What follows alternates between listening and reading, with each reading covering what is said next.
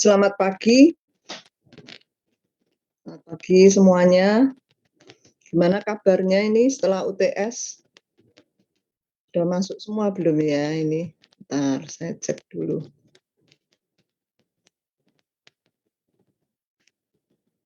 Hmm, 15 partisipan. Sabar sambil saya siapkan untuk presensinya. Untuk materi sudah di-upload, kalian bisa buka. Terus untuk presensinya juga sudah saya buka ya. Silakan kalau mau absen dulu yang sudah hadir.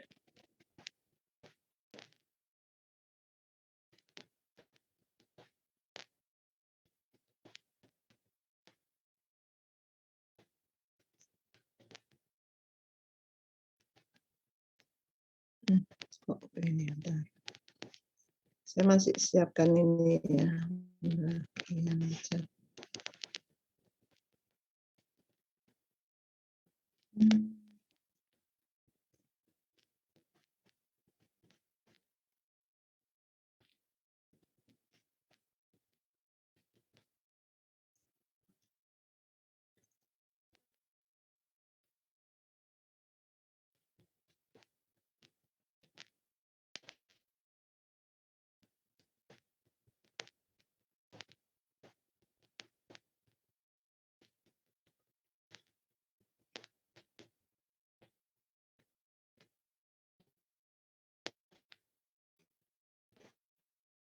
15.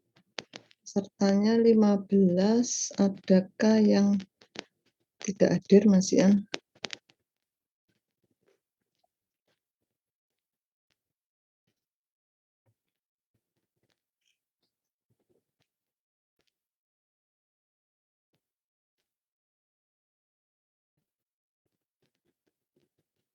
Kita bisa mulai.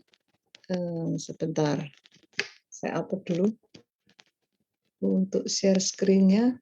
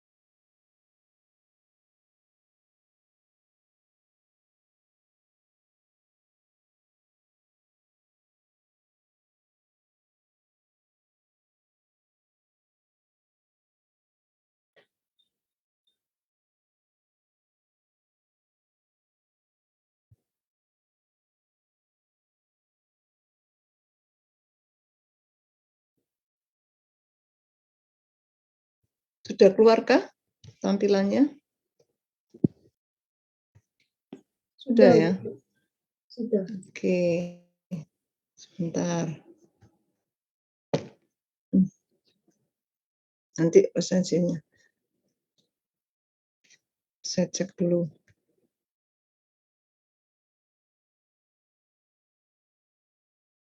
Saya siapkan chatting-nya, kalau nanti untuk chatting.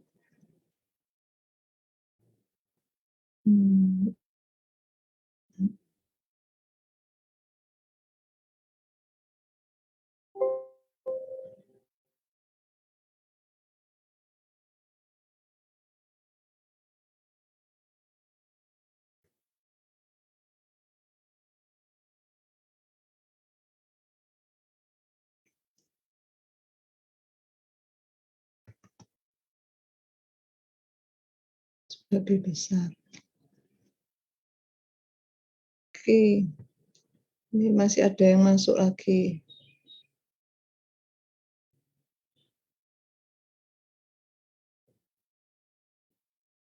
Ya. Baik, gimana kalian ujiannya? Saya belum periksa, semoga bisa semua. Ada kesulitan? Jadi memang ujian online itu kita tidak bisa melihat kalian belajarnya seperti apa gitu ya. Meskipun kami ya positive thinking kalian belajar sungguh-sungguh, tapi soal itu lebih ditekankan ke pengertian gitu ya. Kalau hafalan ya apa yang dihafal, tapi tentunya kalian ambil garis besarnya apa gitu ya. Materi pengemasan pangan itu telah diberikan berbagai macam jenis pengemas ya. Bagian saya adalah kertas dan plastik ya. Bahkan nanti plastik ini masih nyambung lagi di minggu agak akhir ya, di mana di situ akan diberikan demo di praktikum, tapi praktikum online, bagaimana mengukur permeabilitas dari plastik ya. Jadi materinya saya pindahkan langsung nanti ke yang terkait ya. Jadi kalau offline itu biasanya digabung semua dengan kertas seperti yang saya katakan. Tapi kalau online kok rasanya agak nggak pas gitu ya. Karena semuanya toh juga lewat PPT gitu ya atau video. Jadi akhirnya saya pertimbangkan waktu di kertas, videonya tentang kertas ya, pembuatan kertas. Nanti kalau waktu di plastik, harusnya nyambung ya, tapi sudah disusun, agak di belakang, itu nanti nyambung dengan materi yang ke arah permeabilitas ya. Permeabilitas ada hubungannya dengan migrasi ya, perpindahan. Apa yang berpindah, itu nanti kita belajar tentang, gas-gas ya yang berpindah, atau mungkin uap-uap air ya, dari lingkungan ke dalam materi yang dikemas atau sebaliknya, ya. Jadi, sekarang saya teruskan dulu, kalau yang sebelumnya kalian sudah belajar tentang kemasan plastiknya adalah dari bahan petrochemical base, ya. Kenapa kok petrochemical base? Ada yang tahu kenapa petrochemical base? Ada yang mau jawab? Kenapa kok petrochemical base? Ayo, ada yang jawab? Jadi yang sudah diajarkan materialnya apa saja? Polipropilen, polietilen. Saya aktifkan chatnya ya. Jadi silakan kalau saya tanya, kalian bisa tuliskan di kolom chat ya. Jadi yang sudah diberikan contohnya, polimernya, memang materinya padat ya ini ya untuk plastik itu. Jadi tidak mungkin saya berikan semuanya dalam satu kali pertemuan ya, 1-2 kali pertemuan. Sehingga ada yang sifatnya itu pengetahuan, tapi ya kalian harus tahu karena polimernya sudah umum digunakan. Misalnya apa? Polipropilen, polietilen ya, polistiren, polivinil klorida, polikarbonat, itu paling enggak kalian coba familiar ya. Nanti malah ada 1-7 ya. Nanti ini untuk diskusi, kalian saya beri kesempatan untuk cari 1-7 itu tertulis di botol plastik ya. Jadi kalau dikasih kode 1 itu kodenya apa, 2 itu kodenya apa ya. Nanti dicari, nanti saya kasih waktu untuk mencari ya. Itu kodenya apa, nomor 3 apa, gitu ya. Itu kalau kalian masuk di lab polimer, saya biasanya taruh di tempat display bagian atas ya. Ya kadang-kadang kita nggak hafal, tapi melihat ya. Jadi saya nanti coba kalian cari kode 1, kode 2 itu polimer-polimer yang umum digunakan ya. Nah, karena monomernya berasal dari hidrokarbon dan kita tahu unsur-unsur CH itu biasanya dari petrochemical ya. Petrochemical itu kan kalian jadi industri kimia juga sudah terangkan. Kalau dari petrochemical itu tidak aman untuk dikonsumsi ya. Itu bahan yang non food ya. Jadi tidak food grade gitu. Nah, kalau untuk pengemas saja kan enggak apa-apa, enggak dimakan memang. Ya enggak apa-apa memang, ya.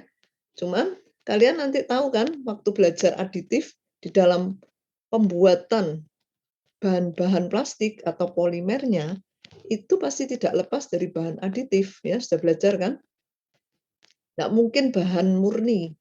Ya, dari monomer jadi polimer terus dipakai langsung tidak mungkin, pasti ada aditif. Nah, aditifnya itu yang berat molekul rendah, jika dipakai untuk pengemas, bisa terlarut kalau kena panas, misalnya gitu. Ya, kena sinar-sinar, disimpan dalam waktu lama, cahaya, ya itu juga bisa memicu nanti berpindah ke bahan makanan. Nah, itu yang kalian perlu tahu. Berarti gimana yang aman? Pertama, bisa mengamankan dari segi penggunaannya. Kalau kita tahu ini sebaiknya enggak untuk panas, misalnya gitu ya. Kalau memang bisa digantikan yang nggak bisa 100% digantikan, gitu ya. Nah, sekarang kita masuk ke sebentar, ini kok koneksi saya kurang stabil. Suara saya bisa diterima dengan jelas? Bisa, Bu. Bisa ya? Enggak, soalnya kok ada keterangan koneksi internet kurang stabil, saya khawatir berdampak ke penerima ya. Baik, kalau nggak ada, semoga nggak ada gangguan. Saya 9:30 mestinya ada kegiatan itu, undangan dari NUNI ya, NUNI itu Networking University Senasional ya. Tapi ini kan selesainya 10 kurang seperempat, jadi saya udah izin terlambat sama Pak Rudi ya, Ketua NUNI. Baik, saya teruskan. Jadi topik kali ini adalah edible. Nah, kalian tahu toh apa artinya edible? Bisa dimakan. Oh, berarti ada pengemas yang bisa dikonsumsi, dimakan. Apa itu pengemasnya? Kalau sekedar bio-based dan biodegradable, itu pasti asumsinya nggak bisa dimakan ya, tapi berpengaruh ke arah lingkungan, iya kan? Karena kita tahu plastik itu senyawa kimia yang berat molekulnya besar, berasal dari makromolekul, ya, makro. Jadi berat molekulnya besar. Kalian sudah punya dasar kan, kenapa kok begitu, ya? Karena nanti kalau ada unsur yang membentuk senyawa, bergabung bentuk senyawa, ya, unsur itu kan biasanya di sistem berkala kita udah tahu ya, C ketemu HO, macam-macam ya. Itu kalau dijumlah, biasanya di bawah 1000 berat molekulnya. Nah, kalau ini sampai terjadi unit pengulangan C6H10O5 ya, itu selulosa. Dalam kurung N kali, lah itu perpanjangan rantainya, unit pengulangannya. Itu bisa 1000, bisa 10/5, bisa 10/7 gitu ya. Nah, itu yang menyebabkan menjadi poli ya, polimer. Nah, cuman memang kalau kita belajar polimer itu ada yang berasal dari alam, sudah makromolekul, nggak usah dibuat menjadi makromolekul, sudah makromolekul. Ya, kalian sudah belajar ya, hidrokoloidnya apa saja itu bahan pangan. Ada yang kalau pengemas nggak bisa kalau nggak dibuat ya, pengemas kan dibuat ya. Nah, kalau dibuat secara sintetis itu kita pakai polimer sintetis. Yang dimaksud polimer sintetis itu proses polimerisasi dari monomer gitu ya. Nah, kita sekarang pilih polimer yang mudah didegradasi ya, hancur gitu ya oleh mikroba. Kita mulai dengan pendahuluan ya, tadi sudah saya kasih pendahuluan sebetulnya ya, jadi sudah masuk ke sini ya. Jadi trennya kita mulai sebagian atau enggak bisa full ya, enggak bisa 100%, mulai memikirkan yang petrobased material ini kalau bisa tidak mungkin disubstitusi 100% ya dengan biological resource non renewable resources atau renewable resources ini ya. Ini kalau biodegradable ya biasanya berpindah dari yang petrobased ini non renewable ya, tidak bisa diperbarui menjadi renewable resource. Jadi poinnya itu merubah ini ya. Nah, terus yang bisa dikelompokkan menjadi bio-based packaging material itu material apa saja ya. Kalau kalian belajar macam-macam jenis material yang cocok bisa dikategorikan bio-based packaging yang mana? Kalau kalian sudah belajar kertas, kertas itu kalau mau milih yang dari bahan alam, kayu, non kayu, itu sebetulnya termasuk bisa diperbarui ya, renewable. Cuman nanti kan masalah lingkungan kalau dari pohon, ditebangi itu lain lagi kalau kertas ya. Terlalu banyak pohon yang ditebangi kan sudah untuk furniture, untuk apa, ap sivil ya, building dan sebagainya. Sehingga seringkali itu bersaing gitu ya, supaya tidak terlalu banyak pohon yang ditebang, mulai dipikirkan yang non wood ya, jadi lebih mudah, renewable-nya itu. Tapi di plastik, ini kita memikirkan yang berasal dari bio-based material itu juga kebanyakan dari, tanaman ya, dari tanaman. Jadi apa saja, kalau di sini disebutkan pati, selulosa, itu jelas ya. Pati itu kan ada di dalam, eee, tanaman apa, misalnya ya, macam-macam tuh, kentang, jagung, pisang gitu ya, bisa dibuat patinya, ya. Kita tahu kan, kita makan sehari-hari ya, mesti tahu ya. Selulosa itu juga ada di semua tanaman berserat, baik kayu maupun non kayu. Ya, kalau dulu kita mikirnya ya mungkin cuman ini saja. Tapi setelah ada ilmu bioproses, bioengineering gitu ya, kita juga bisa melakukan fermentasi ya, monomer hasil dari fermentasi material organik. Nah, nanti akhirnya jadi macam-macam yang termasuk biobased plastik ini ya. Nanti ada kategorinya ya di belakang. Kalau ini tadi di awal kita fokusnya kan seolah-olah dari kata-katanya biodegradable gitu ya. Oh, akhirnya fokusnya mikir ini pokoknya bisa didegradasi oleh mikroba. Gitu ya, utamanya ya, seolah-olah kan begitu. Tapi di sini fokus utama penggunaan bio-based packaging bukan pada material yang dapat dibiodegradasi semata-mata sebetulnya ya. Jadi lebih ke arah penggantian sumber tak terbarukan ke sumber terbarukan. Sehingga sustainability dari material pengemas lebih terjaga. Jadi sebetulnya apa? Kalau ke sini, ke arah lingkungan pasti ya. Jadi kalau polimer itu sulit didegradasi, ini mudah didegradasi itu pasti ya. Kalau enggak kan numpuk nanti material ini kalau enggak bisa diuraikan oleh bakteri. Tapi selain itu, kata-kata kalimat yang menyebutkan dari resources non renewable menjadi renewable itu utamanya itu supaya yang tidak bisa diperbarui ini lama-lama kan bisa habis gitu ya. Persediaan untuk sustainability itu menjadi tidak terjaga gitu ya. Kita tuh selalu mikirkan sustainability karena apa? Tidak cukup generasi pada generasi tertentu saja yang menikmati ya. Kita harus pikirkan kan sampai generasi yang terus ya akan datang ya. Nah, itu harus kumanan gitu ya, maksudnya sudah sampai kehabisan. Jadi kita mikirkan yang sustainability-nya ya. Terus kalau tadi judulnya mulai dari edible ya, terus ada bio-based, ada biodegradable. Masing-masing itu bedanya apa gitu ya, bukan dari terjemahannya saja ya. Kita lihat ke arah karakteristiknya ya, atau bahan bakunya. Kalau ingin membuat edible packaging pakai bahan baku apa ya. Ini kan PPT-nya sudah ada, tapi mungkin kalian belum sempat baca karena baru saya share agak malam. Jadi kalau on the spot kalian mendengarkan kuliah gini, ada yang nggak jelas, silakan langsung chat ya. Boleh private, boleh langsung everyone ya. Kalau private ya nanti saya yang bacakan. Jadi kalau edible packaging pasti packaging-nya itu melekat di bahan pangannya, ya kan? Nggak mungkin tidak melekat. Jadi kalian bayangkan ini bisa dimakan seperti permen, ada lapisan tipisnya misalnya bisa dimakan, ya aman. Itu berupa film, ya istilahnya film itu kan lembaran tipis. Tipis itu tebalnya seberapa?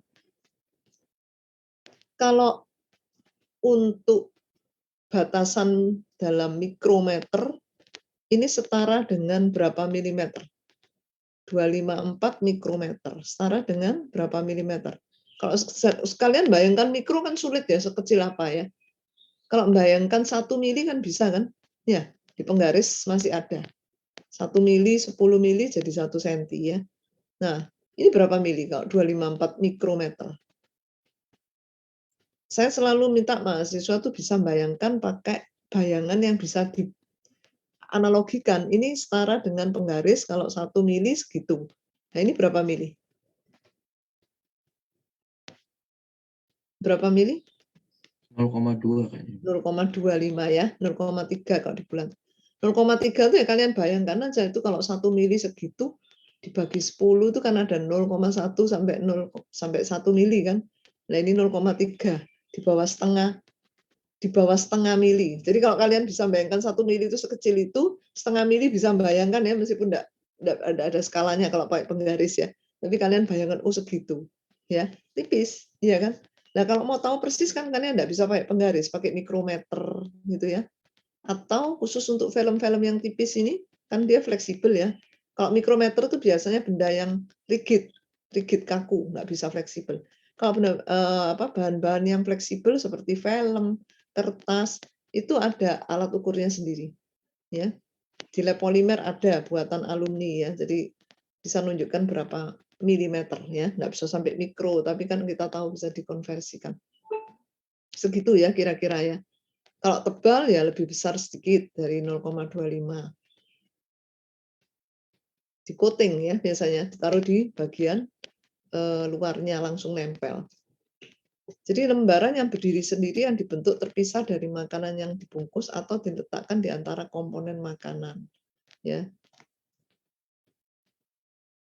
Jadi langsung dibentuk pada permukaan makanan, itu ya. Nanti saya setelah selesai materi ini saya akan share pengalaman membimbing ya. Ini ada banyak ini dulu ya, saya membimbing edible coating ini ya untuk buah-buahan ya. Tapi sudah lama masih up to date terus ya, nanti akan saya sharekan. Nah, fungsi dari edible packaging itu untuk apa? Apa sekedar ada sesuatu yang beda gitu ya, jadi menarik konsumen? Tentunya tidak ya. Ada tujuannya, ada manfaatnya ya. Jadi kalau dibungkus itu kan salah satu fungsinya melindungi kan ya. Waktu kita belajar pertama kali di pendahuluan, apa fungsi pengemas? Ya melindungi dari apa? Macam-macam, dari fisik, kimia, biologis ya. Terus uap-uap air kan gitu ya. Nah, ini punya fungsi itu karena memberi tahanan ya. Tahanan itu kan barrier. Jadi di garis depan gitu ya. Sebelum masuk itu harus dilewati ini dulu ya. Jadi sedikit ada pencegahan untuk migrasi dari uap air, gas, minyak, lemak, dan solut gitu ya. Dan tentunya juga diharapkan meningkatkan sifat mekanik. Ini kan fungsi-fungsi pengemas. Terus juga menjaga volatile flavor substances ya. Jadi kalau ada yang punya kandungan bahan yang mudah menguap dari bahan pangannya itu enggak keluar gitu ya. Karena ya ada bungkusnya itu. Terus ada fungsi sebagai aditif ya, kita sudah belajar aditif kan di pengemas itu. Dia bisa berperan sebagai aditif yang seperti antioksidan ya, nggak mudah ditembus oleh udara kan ya, oksigen atau ya oksigen dari udara. Terus juga mikroba itu tidak mudah menembus kalau ada pelindungnya. Istilah edible film atau edible coating ini kadang-kadang salah satu bisa digunakan ya. Jadi secara overall itu tujuannya memperpanjang waktu simpan, ya kan? Dengan mampu menjaga yang tidak diharapkan, otomatis harapan terakhirnya kan memperpanjang waktu simpan, storage shelf life gitu ya istilahnya ya. Supaya makanan tetap segar ya. Jadi dicegah dari pengaruh negatif lingkungan. Itu sebetulnya bukan hal yang baru ya. Kita sudah banyak menggunakan. Bahkan orang belum tahu teorinya saja sudah ada produknya ya. Zaman dulu ya, zaman sekarang semakin dikembangkan.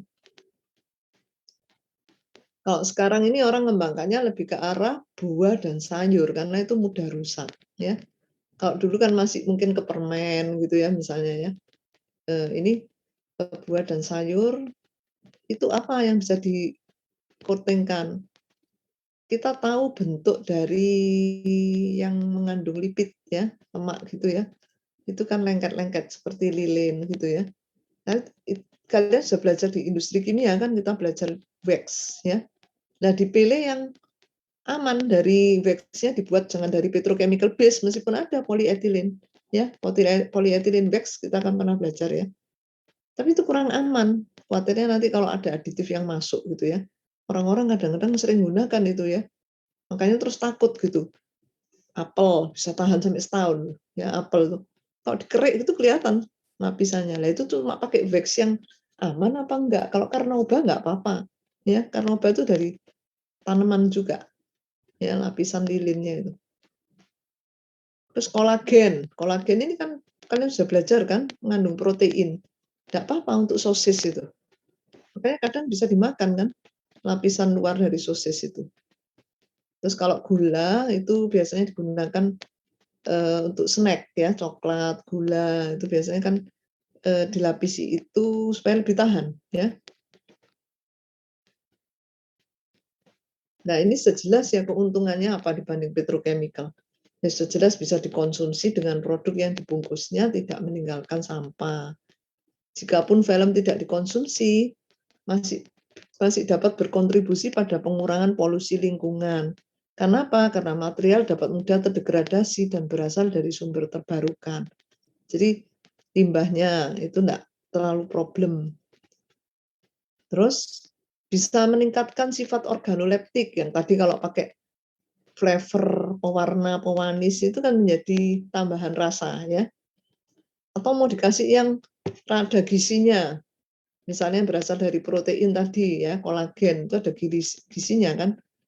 Jadi punya nilai added value ya, punya added value. Terus punya sifat antioksidan dan antimikroba. Sehingga itu bisa mengontrol difusi dari permukaan luar ke dalam makanan ya.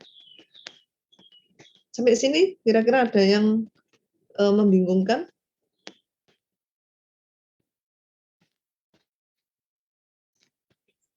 Belum, Bu. Terus sekarang ini ada yang namanya mikroenkapsulasi ya. Apa itu? Paham, mikroenkapsulasi. Itu bikin kapsul. Ya, bikin kapsul itu di UNER tuh sampai sudah kerjasama dengan PT Kapsulindo. Ya. Jadi kapsulnya itu bisa dimakan, kan banyak tuh sekarang kita yang seperti itu, apa minyak ikan misalnya. Ya. Orang kalau minum minyak ikan itu kan enggak suka baunya amis gitu ya. Enggak suka, padahal itu bagus ya kan, vitaminnya omega 3 gitu ya. Akhirnya dimasukkan kapsul. Jadi kapsulnya itu juga dari hidrokoloid ya, alginat itu jenis itu ya. Kan kental-kental gitu, itu bisa diproses jadi mikroenkapsul. Jadi dimakan sama kapsulnya sekalian gitu. Kecuali kalau misalnya kalian terus digigit, nah pecah lagi di dalam ya. Saya suka begitu ya, pecah lagi di dalam ya sama keluar cairannya ya. Tapi kalau nggak mau pecah supaya rasanya nggak langsung gitu, ya dimakan semua ya, dikonsumsi semua. Terus juga bisa digunakan dalam bentuk multilayer ya. Multilayer kalian sudah belajar berdasarkan struktur, tapi struktur itu kan lebih ke arah primer, sekunder dan sebagainya ya. Di luar. Kalau ini di dalam makanannya sendiri multilayernya itu ya. Jadi ada yang edible, ada yang non edible kan gitu toh. Jadi kayak permen tadi. Ada lapisan tipis yang juga bisa dimakan, setelah itu baru dibungkus non edible-nya plastik kan gitu ya. Jadi bisa seperti itu gabungan. Nah, kita harus tahu juga kalau belajar bahan pangan itu ya, karena bahan pangan ini ya semua barang itu butuh pengemas ya. Pasti kan ya, kalau mau dalam jumlah besar nggak pakai pengemas gimana? Pilihannya kalau non pangan itu lebih ke arah ya kalau nggak plastik, kertas itu bekerja sama ya. Nah, ini juga sama, cuma kan lebih harus hati-hati gitu ya, nggak sembarang pengemas. Jadi kita perlu tahu juga sumber materialnya itu, ya. Seperti yang tadi saya katakan, polyethylene wax bisa sebagai coating, tapi ya kurang aman gitu ya. Kalau mau diabaikan ya nanti gimana ya, itu ada kode etik gitu ya. Seperti kalau ini, apa, bahan pengawet, kan sudah ada sendiri bahan pengawetnya untuk bahan pangan, misalnya sorbat, benzoat. Tapi kalau dikasih, apa namanya, formalin gitu kan ya nggak boleh ya, itu pengawet sepanjang masa tapi kan bukan untuk pangan. Dulu ribut-ribut karena banyak yang jalan pintas ya, tanpa mempedulikan keselamatan orang lain ya. Jadi banyak bahannya tekstil, nanti dipakai pewarna tekstil ya, pewarna tekstil kan awet warnanya, dipakai untuk bahan pangan, ya kan nggak boleh seperti itu ya. Jadi kita perlu tahu apa ini yang cocok.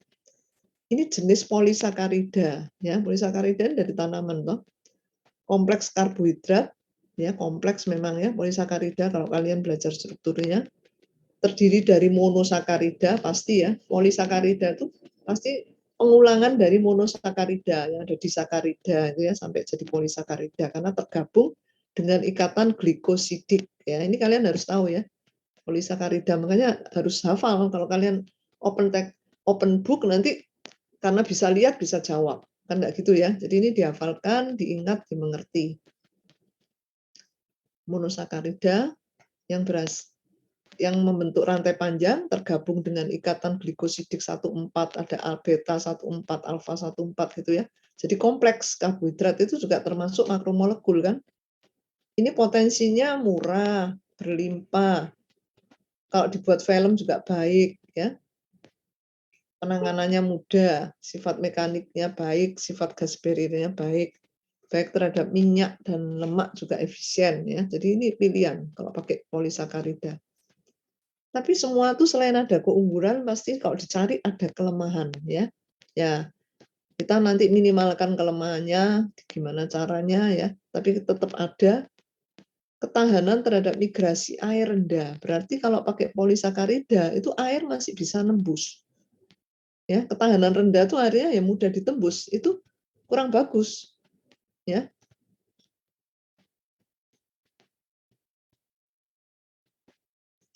Ketahanan terhadap migrasi air rendah. Loh ini berarti malah salah ya ini karena penanganannya dikombinasikan dengan film yang bersifat hidrofilik. Berarti ini sebetulnya kalau diharapkan airnya itu berpindah, malah enggak bisa berpindah karena kurang kurang bisa menahan ya, malah ini kurang bisa memindahkan ya. Jadi ini perlu dikombinasi dengan film yang bersifat hidrofilik supaya mudah. Ya, supaya memindahkan air itu mudah, ya. Kekurangannya kalau sudah polisakarida. Ini nanti bagaimana dengan dibandingkan yang lain. Ini pati, oh ini kita lihat ya strukturnya ya, pati. Ini termasuk polisakarida kan ya. Pati itu terdiri dari apa? Amilosa dan amilopektin. Bedanya apa sih amilosa dan amilopektin? Padahal kan sama-sama ada gugus yang seperti apa? Selulosa gitu ya, glukosa kan sama dasarnya ya. Ternyata dari strukturnya, di sini dikatakan 1,4 ya. 1,4 tuh ngitungnya dari mana? Kalau kalian nanti bandingkan dengan yang nah ini, amilopektin bedanya di mana? Amilosa seperti ini, amilopektin seperti ini. 1,4 dan 1,6. Tahu enggak ini gimana ngitungnya? Strukturnya kalau amilosa itu linier, mendominasi linier, ya mendominasi. Jadi struktur tidak mungkin 100% linier ya, tapi didominasi. Relatif kuat. Pati dengan amilosa yang tinggi digunakan untuk edible coating dan enkapsulasi untuk menjadi barrier terhadap O2 dan lemak. Nah, ini biasanya digunakan untuk bakery, produk daging. Jadi kalau kalian lihat di sini, ini 1 selalu ketemu dengan 4 ya. Jadi kalau misalnya hitungan satunya tuh mulai dari 1, 2, 3, 4 ya. Ketemu lagi dengan 1, 2, 3, 4. Ketemu lagi dengan 1, jadi 1,4 ya. Cuma nanti kalian lihat apa bedanya alfa dan beta ya. Karena struktur itu biasanya kan bolak-balik gitu ya. Rantainya panjang. Terus ini bedanya di mana? Amilopektin seperti ini. sampai 6. 1, 6. Ya. Nah, ini. Hitungannya misalnya 1 tuh di sini. 1, 2, 3, 4, 5, 6. Ya. Makanya 1, 6. Nyambungnya dari situ. Ini kan. Ini 6 ini, nomor 6. Ya, 1, 2, 3, 4, 5, 6. Nyambungnya di sini. Nanti ketemu lagi di 1, 6, 1, 6 gitu ya.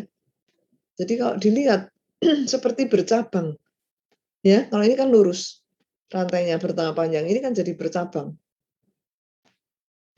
Kalau amilopektin itu bercabang. Mirip.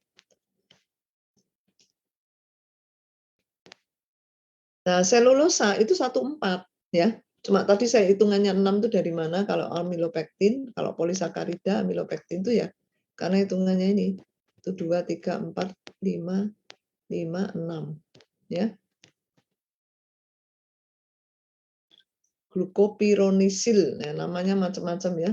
Atau terikat dengan unit samping di glukopiranosil terikat oleh alfa 16. Biasanya yang ahli struktur itu sekali lagi orang MIPA, tapi kita kan juga harus bisa baca ya, mengetahui maksudnya apa. Nah, ini ikatan beta ya. Perhatikan ini sama-sama 1,4. Ada alfa, ada beta ya. Yang nanti dibandingkan aja. Sama-sama 1,4, 1, 2, 2, 3, 4 gitu ya, ketemu lagi. 1, 2, 3, 4. Jadi 1,4. Ini ikatan beta. Bedakan dengan ikatan alfa. Nah, ikatan alfa juga 1,4 ya.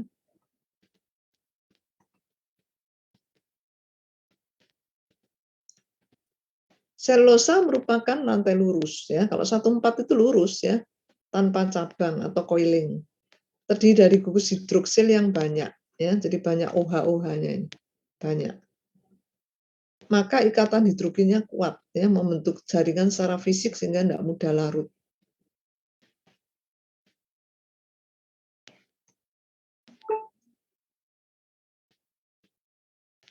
Kalau untuk menurunkan ikatan hidrogennya supaya tidak terlalu kuat, nah ditambah apa? Disubstitusi gugus hidroksinya itu kan apa? Hidroksinya itu menyebabkan ikatan hidrogen yang kuat itu. Ikatan hidrogen itu cukup kuat. Jadi untuk melepas itu bisa disubstitusi dengan astat atau metil dengan tujuan menurunkan ikatan hidrogennya.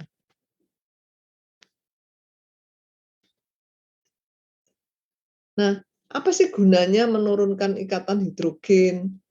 Ya, itu ada hubungannya dengan mengatur sifat mekanik ya.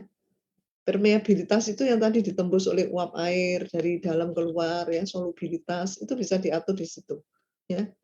Kalian tahu enggak nasi? Nasi itu kan sifatnya bisa berubah-ubah tuh karena pengaruh suhu misalnya ya. Nasi itu kan juga karbohidrat. Kadang kalau dipanasi bisa lunak, dingin sedikit sudah keras ya, karak tuh, keras. Kalau kalian masak nasi pakai stainless steel, bagusnya itu tidak tergores ya tuh, dengan abrasi pun tidak tergores. Tapi kalau sudah lengket itu polisakarida ini apa namanya? Keras sekali ya, bisa tajam kayak pisau, bisa melukai kulit. Lengket tidak bisa dilepas. Caranya gimana? Direndam air kan? Ya, direndam air sampai lama lunak sendiri baru lepas. Nah itu, ikatan hidrogen itu kuat sehingga ya itu tadi apa? Ada cara-cara untuk bisa dalam penggunaan loh ya ini ya, dalam penggunaan kita harus atur supaya ada perubahan di ikatannya ya, bisa swelling ya. Jadi jarak antara ikatan itu diisi air sehingga lenggang gitu ya, renggang sehingga tidak terlalu kuat. Itu tadi kan berpengaruh terhadap apa? Solubilitas juga ya. Ada lagi selulosa yang dibuat dalam bentuk yang tadi substitusi ya, jadi metil selulosa. Itu bagus itu buat coating ya. Karboksi metil selulosa, hidroksipropil selulosa ya, mengandung selulosa ini karboksi metil selulosa. Ini saya pernah penelitian pakai ini ya. Saya buat untuk kekuatan tarik kertas ya. Fungsinya macam-macam. Ini contoh perbedaan antara di-coating dan tidak di-coating ya. Penelitian yang pernah dilakukan di mahasiswa teknik kimia sudah banyak sekali sebetulnya di full coating ya. Jadi dulu saya yang ngawali, tapi yang meneruskan ada Bu Emma, ada Bu Yuwana, ya. Ini ke arah edible coating. Nggak kelihatan karena tipis ya. Jadi kalau di-coating itu biasanya mengkilap gitu ya. Lapisannya kan tipis sekali ini tadi, cuma 0,2 milimeter. Itu pun lebih kecil dari 0,2 ada ya. Tipis tapi kuat dan nggak sobek gitu ya, nggak pecah.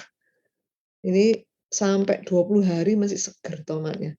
Kalau nggak di-coating sampai 10 hari, 5 hari sudah kelihatan tanda-tanda berubah kan, 10 hari sudah seperti ini ya.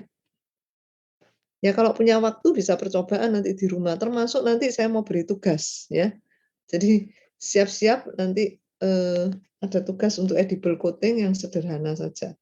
Kalian bisa coba pakai buah-buahan, karena buah-buahan kan cepat rusaknya ya. Ada pertanyaan kah? Ini tadi kebablas. Keterangannya ya, ini pakai CMC.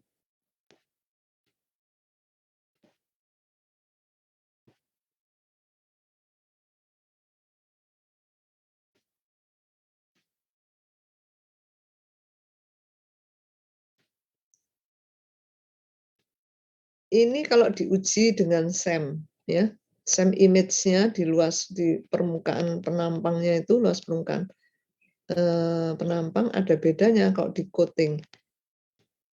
Kalau di-coating itu tampak homogen, without any cracking di dalam pori-porinya ya, mulus gitu kalau di-coating di permukaannya. Itu kalau dilihat dengan alat seperti itu kelihatan ya. Kalau penampilan makroskopis ya kita lihat tadi ya, masih licin, tidak berkeriput gitu ya.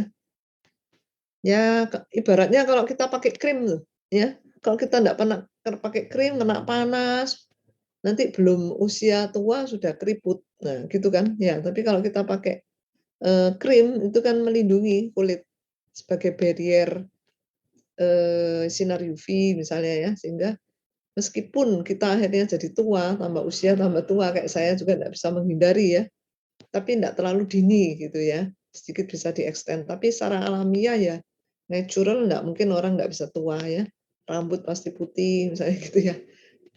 Nah itu kalau non pangan, kalau pangan ya dilihat aja tadi penampilan fisiknya itu ya, kelihatan sekali.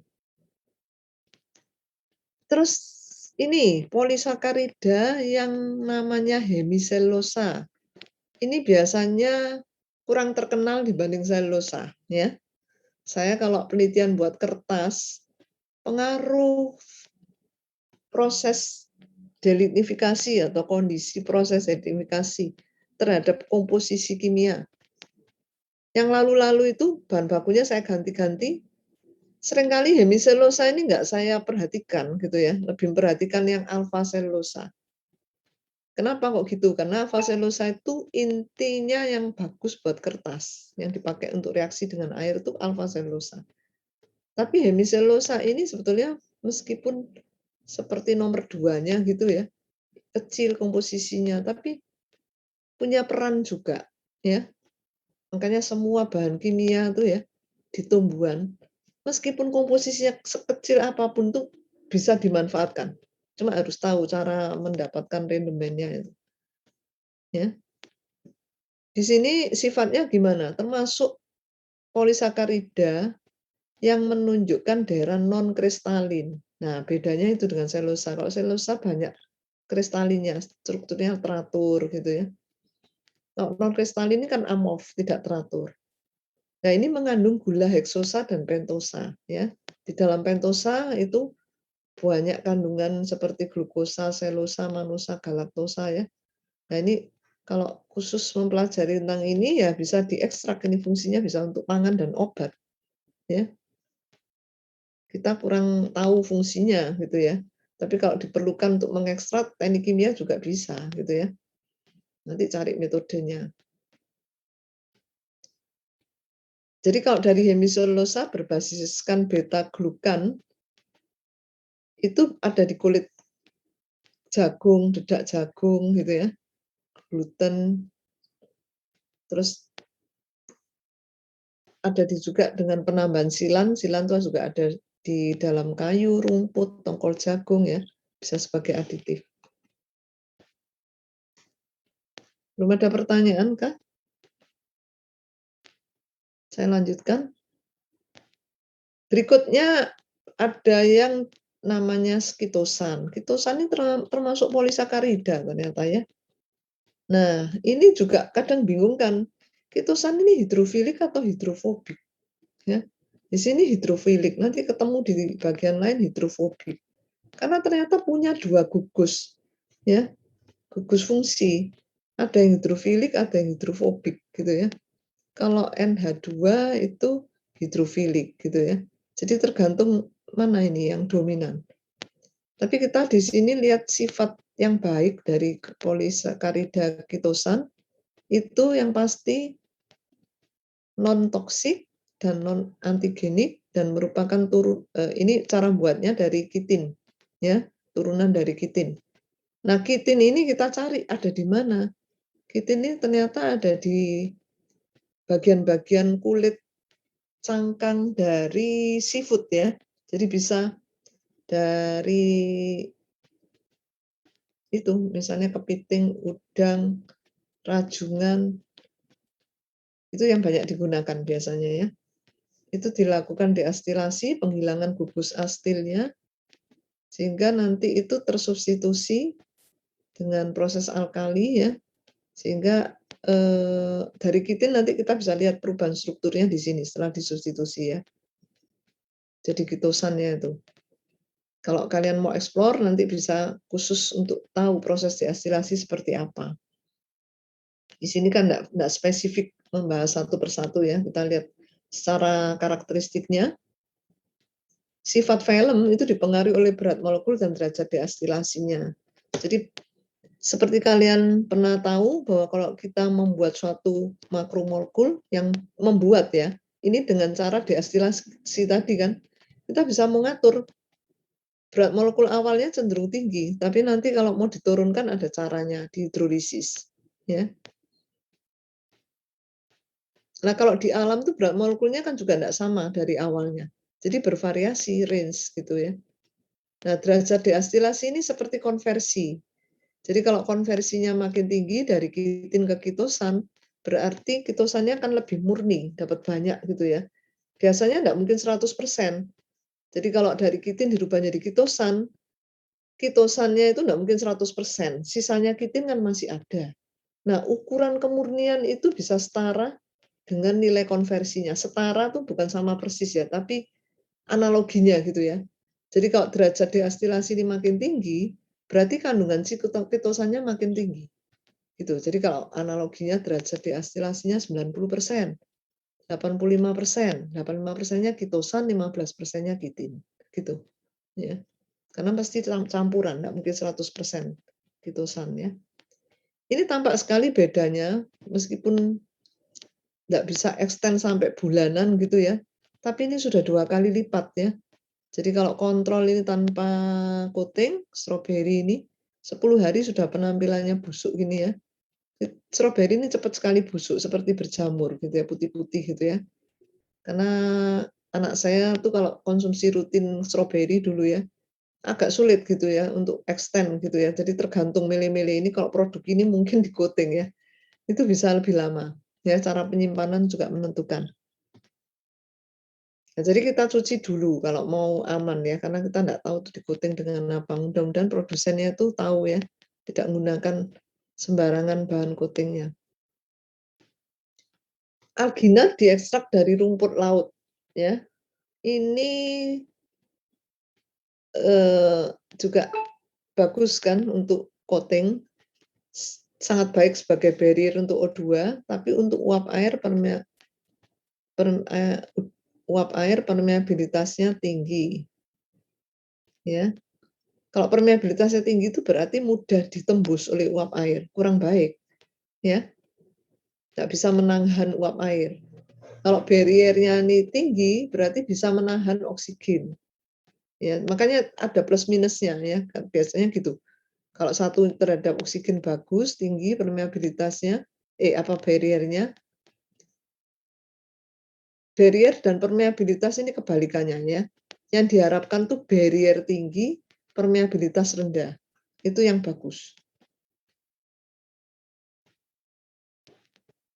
Jadi bisa melindungi ya.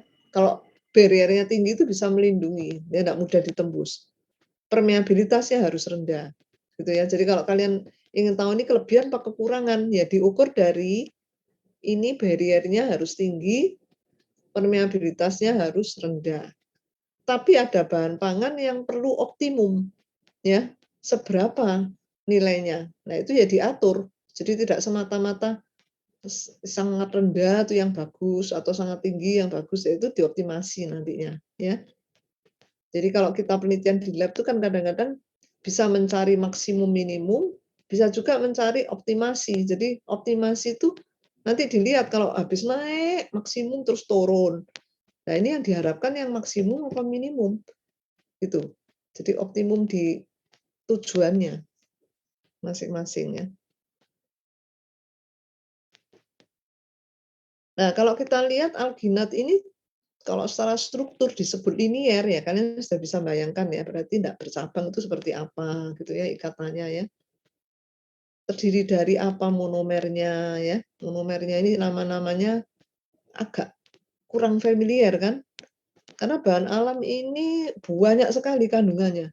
Kita tuh nggak bisa hafal, ya. Paling enggak itu lebih dari 5 biasanya.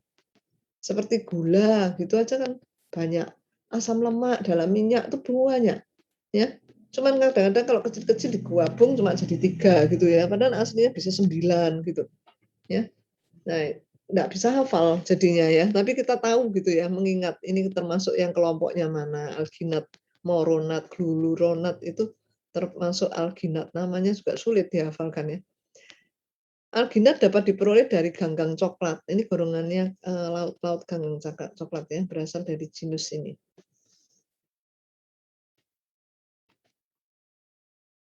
Ya, ini rumus molekul alginat, jadi meskipun strukturnya macam-macam begini ya, masih bisa disimpulkan C-nya ada berapa, H-nya ada berapa, O-nya ada berapa, terus seperti ini kan rumus kimianya. Jadi ini rumus bangunnya, ini rumus kimianya. Terus ciri-cirinya kalau ini makromolekul, berat molekulnya tidak hanya dihitung dari yang di dalam kurung, tapi perhatikan N-nya ini berapa, gitu ya. Jangan ditinggalkan ya. Saya ingatkan sekali lagi. Kalau nanti TA bisa loh, dosen itu enggak teliti pembimbingnya. Karena begitu percaya ya. Saya nemu itu 2 kali kalau nggak salah ya sebagai penguji. Berat molekul selulosa dijawab 180. Nah, saya tanya, "Loh, itu kan makromolekul kan nggak mungkin kalau cuma segitu," gitu. "Loh, saya lihat dari internet, Ibu," kayak gitu. Nah, kebetulan di internetnya itu cuma nyebutkan yang di dalam ini gitu ya. Nah, kalian harus cari sendiri N-nya berarti ya. Ada yang lengkap, tapi kebetulan yang dicari yang nggak lengkap gitu ya. Jadi mahasiswanya ya pede aja, ada Bu di internet bisa nunjukkan. Lulanya di internet itu sumbernya banyak, nyarinya harus tepat ya. Jangan ketemu terus langsung dipakai ya. Kalau kalian punya pemahaman, "Duh ini makromolekul kan nggak mungkin kalau kurang dari 1000." Berarti saya carinya ini cari apa berikutnya ya. Cari derajat polimerisasinya atau unit pengulangan gitu ya. Nanti kan temu yang lengkap.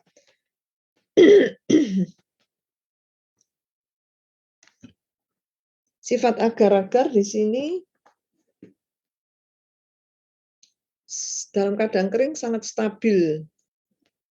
Tapi pada suhu tinggi dan pH rendah mengalami degradasi. Nah, ini karakteristik seperti ini kita tahu kan agar-agar itu memang nggak tahan suhu tinggi.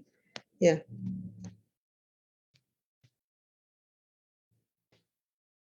Kalau kita lihat viskositasnya ini cenderung lebih besar dari 1. Ya. Kalau dalam bentuk konsentrasi larutan ini bisa 2 sampai 10 cp. Ya. Tapi kalau bentuknya sudah gel, nah itu enggak bisa diukur sebagai viskositas, nanti sebagai gel strength. Ya, kita belajar hidrokoloid. Kalau dalam bentuk larutan itu masih bisa diukur viskositasnya. Ini karena konsentrasinya rendah, berarti dilarutkan dalam air, makanya cuma 2 sampai 10 cp. Kalau aslinya sudah cenderung padat pada suhu kamar, itu kita ukur gel strength-nya. Kalau mau dipanaskan masih bisa bentuk lelehan, ya kita ukur berapa viskositasnya. Biasanya tinggi kan kalau, jenis makromolekul biasanya 100-an ya, 100 cp.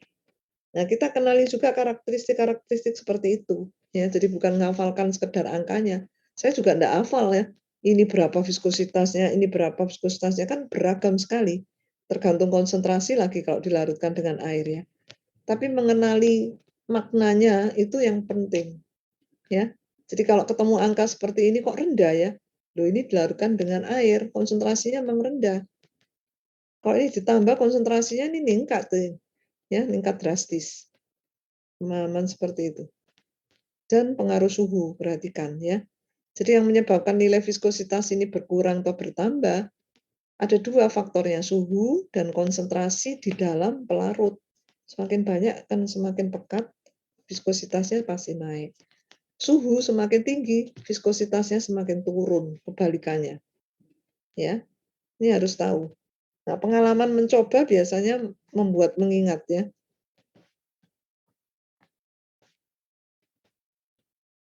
Karagenan ini sejenis dari apa?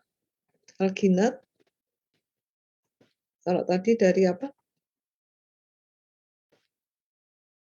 Rumput laut juga ya.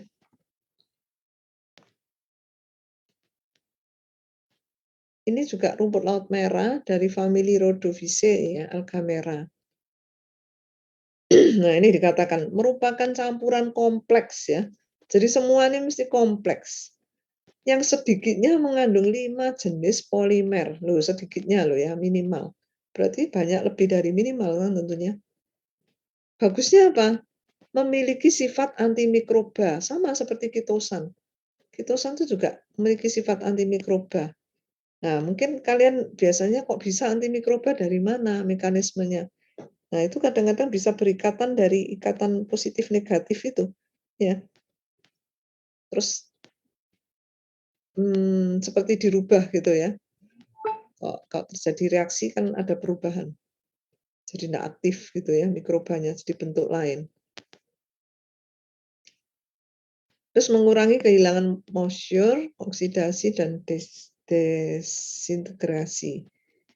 Ya, jadi memberi perlindungan ini ya, pencegahan terhadap faktor-faktor yang bisa menyebabkan kerusakan. Terus kandungan karagenan apa saja? Di sini mengandung mineral-mineral ya juga ya.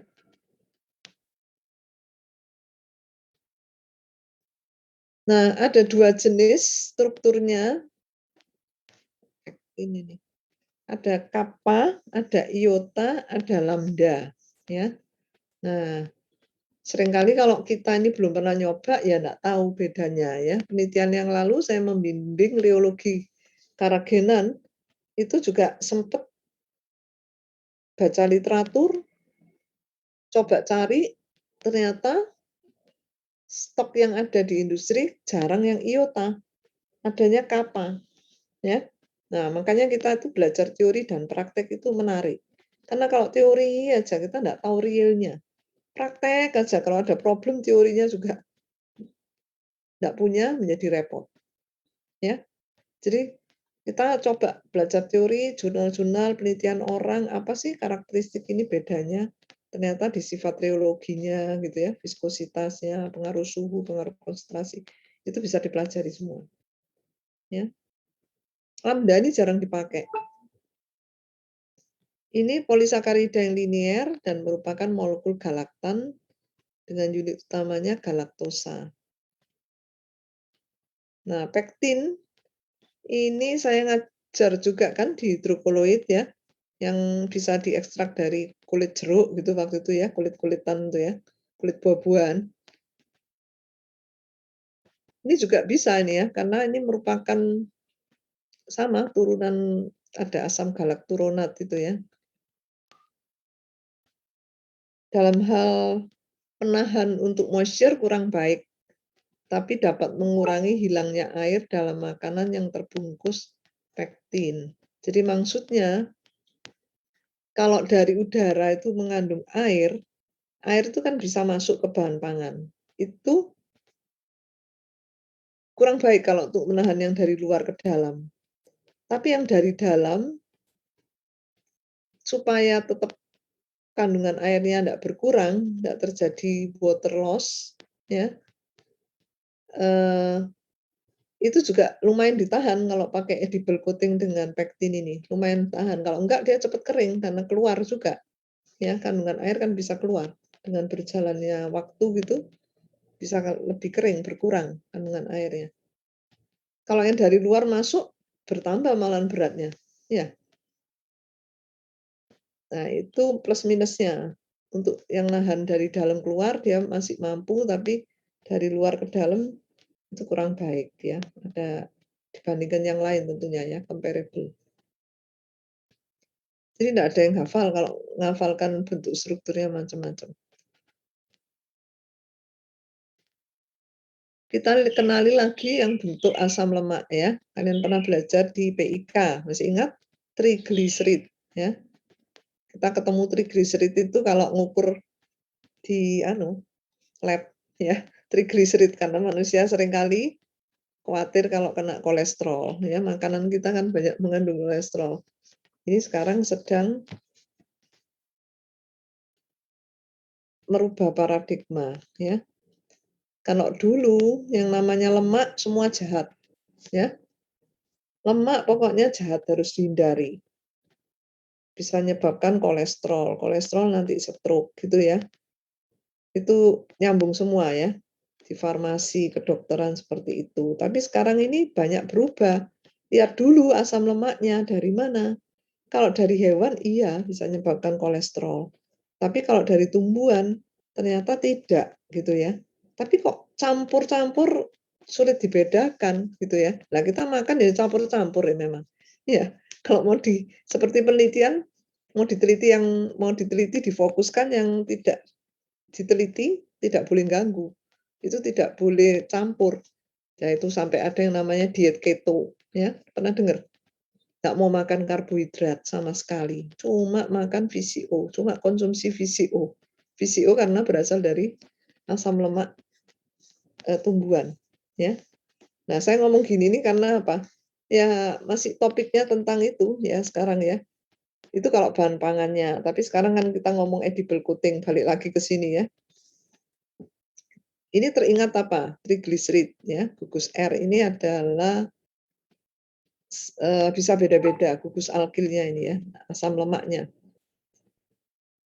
Jadi wax itu ester dari asam lemak rantai panjang dengan alkohol rantai panjang. Jadi gabungan antara gliserol, ini ada gliserol gabung dengan asam lemak ya. Asam lemak itu kan ada ikatan-ikatan seperti ini ya. Termasuk di dalamnya carnauba wax, candela wax, rice bran wax, bee wax ini dan synthetic wax. Jadi maksudnya asam lemaknya bisa diambil dari macam-macam ini ya. Gugus ini loh, R-nya ini. Lemak itu digunakan sebagai coating karena memiliki polaritas yang rendah. Artinya apa? Tidak larut kan sama air ya. Polaritas yang rendah itu berarti tidak mudah larut dengan air. Kan lemak dan minyak dan air kan tidak bisa campur, minyak dan air. Kalau mau jadi emulsi butuh emulsifier atau emulgator ya. Jadi dia karena tidak bisa melarutkan air, jadi memiliki moisture barrier yang baik. Jadi bisa menahan uap air dari luar ke dalam, uap airnya. Biasanya digunakan sebagai protective coating untuk buah dan sayur segar.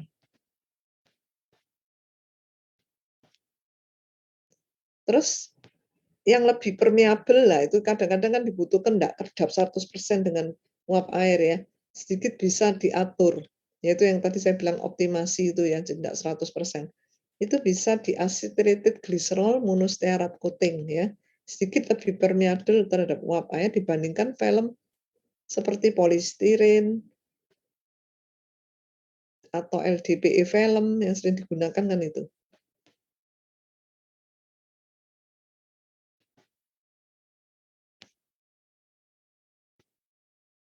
Nah, dibandingkan oksigen kurang permeabel. Nah, sebetulnya kurang permeabel itu bagus. Karena apa?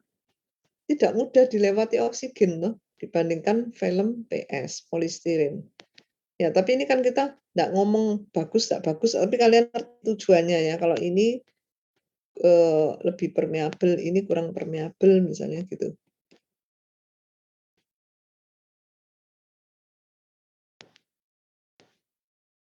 Ini buah apa ini?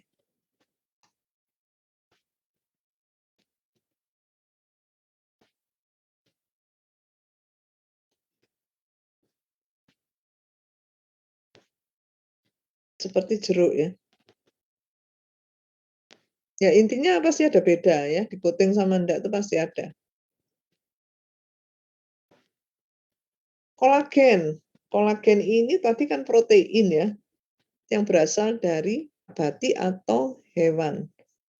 Kolagen itu bisa dari apa misalnya? Kalian tahu? Lengket-lengket itu. Dari apa? Karena kan banyak tuh kopi dimasuki kolagen. Dari apa? Kolagen. Tulang hewan, Bu. Nah, tulang ya. Itu lapisan korium pada kulit sapi, tulang. Yang bagus ada yang bilang ikan, tulang ikan, ya. Itu dulu saya pernah minta buat perekat di tugas teknologi polimer ya, bukan di pengemasan pangan. Buat perekat terserah mau perekat sintetik atau perekat alami ya. Mahasiswanya kreatif. Bikin perekat dari kolagen. Itu beli tulang sapi di pasar, bawa kaki sapi. Ya, besar-besar itu saya sampai kaget di ekstrak gitu ya. Ya, semangat ya. Gelatin ini hidrolisis parsial dari kolagen. Jadi biasanya ada gelatin, ada kolagen. Bu Farid itu punya industri gelatin dan kolagen di Pandaan ya. Kalian nggak tahu pernah kunjungan ke sana nggak? Saya pernah dampingi kunjungan ke sana, ya, suaminya punya saham ya. Jadi produksi kolagen dari hasil riset itu dulu ya. Penelitiannya dulu juga bersama Ubaya. Dikembangkan sampai jadi produk komersial. Nah, ini ada gluten, protein, kedelai ya. Dari sini ini bisa kasein dan sebagainya. Sifatnya hidrofil dengan penambahan plasticizer seperti ada sorbitol, gliserin untuk menambah fleksibilitas ya. Jadi biasanya yang namanya pengemas dari sintetik atau dari ini apa, biobase atau edible juga, itu butuh fleksibilitas kan, nggak boleh kaku, itu biasanya ditambah plasticizer. Plasticizer itu kalau ikatan tuh diisi di tengah-tengahnya sehingga agak renggang gitu ya, nggak kaku ya filmnya itu. Jadi lebih fleksibel. Tapi kalau seperti itu ketahanan terhadap uap air jadi terbatas ya. Itu karena kan ya dia kalau fleksibel itu ya menjadi ini kan fleksibel, mudah ditembus jadinya ya dibanding yang rapat. Tapi sifat dasarnya itu cukup baik dalam hal sifat mekanik, optiknya. Terus ini untuk gas-gas O2, CO2, aroma dan lemak ini bagus semua, ya. Tetapi water vapor permeability-nya tinggi. Nah, ini berarti yang kurang baiknya, ya. Makanya saya kan bilang tadi yang gas-gas O2, CO2 itu kalau tinggi, biasanya uap airnya yang rendah. Ini kan barrier-nya baik, itu berarti tinggi. Artinya permeabilitasnya rendah. Kan kebalikannya tuh, barrier yang baik itu permeabilitasnya rendah.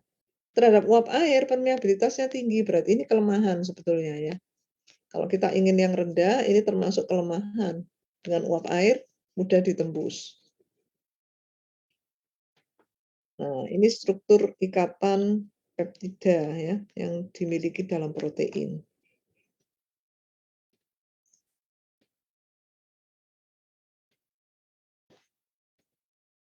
Ini whey protein.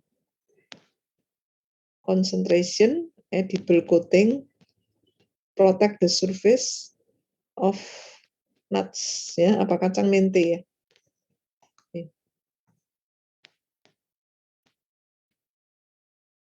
ya, jadi dilindungi dari physical damage and oxidation, ya. Di kacang mente itu biasanya juga ada lapisan ini ya, sehingga nggak mudah tertengi, nggak mudah teroksidasi. Kalau teroksidasi tengi, ya. Dan lebih kuat, nggak mudah hancur, ya. Nanti kena tekanan sedikit hancur, ya nggak kuat. Nah, di coating itu juga membuat lebih kuat. Ya protein itu kan gitu tuh, keras.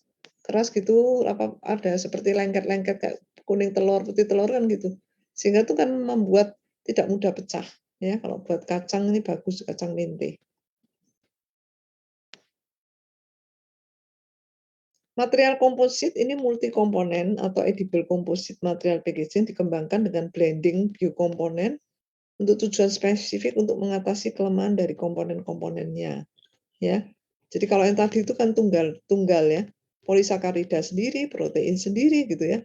Nah, kalau komposit bisa digabung polisakarida dan protein. Bisa juga sesama polisakarida, tapi dari jenis yang lain, kan macam-macam tadi ya polisakaridanya. Protein juga gitu, atau antar, ya. Jadi sekarang ini variasi komposit itu luar biasa, ya. Jadi, tidak hanya sejenis yang homogen tapi juga heterogen. Bahkan kalau untuk non pangan bisa dicampur pengemas yang dengan sintetik untuk menaikkan kekuatan mekanik. Karena kalau kekuatan mekaniknya biasanya kan pasti lebih rendah dibanding yang sintetik kan, yang dari petrochemical base itu, ya. Jadi untuk memperbaiki kualitas yang kita sesuai yang kita inginkan, kelemahannya itu diatur itu biasanya melalui komposit.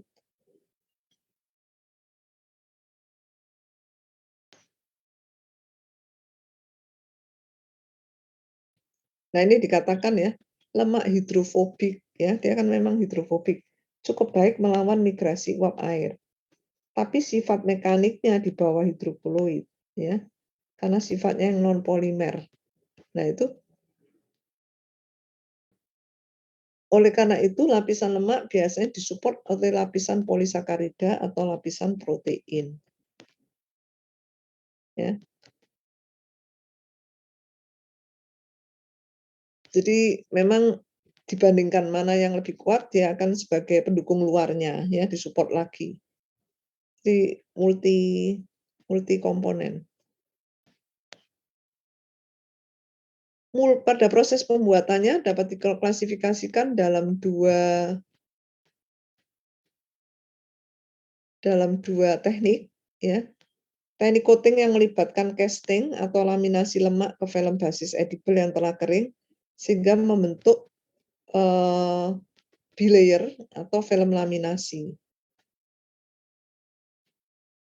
Ya. Jadi coating itu kalau di lab bisa juga caranya macam-macam, dicelup sebentar, direndam, terus ditus gitu ya, ditiriskan, terus dikeringkan. Itu bisa ya untuk buah-buahan. Biasanya seperti itu, teknik celup.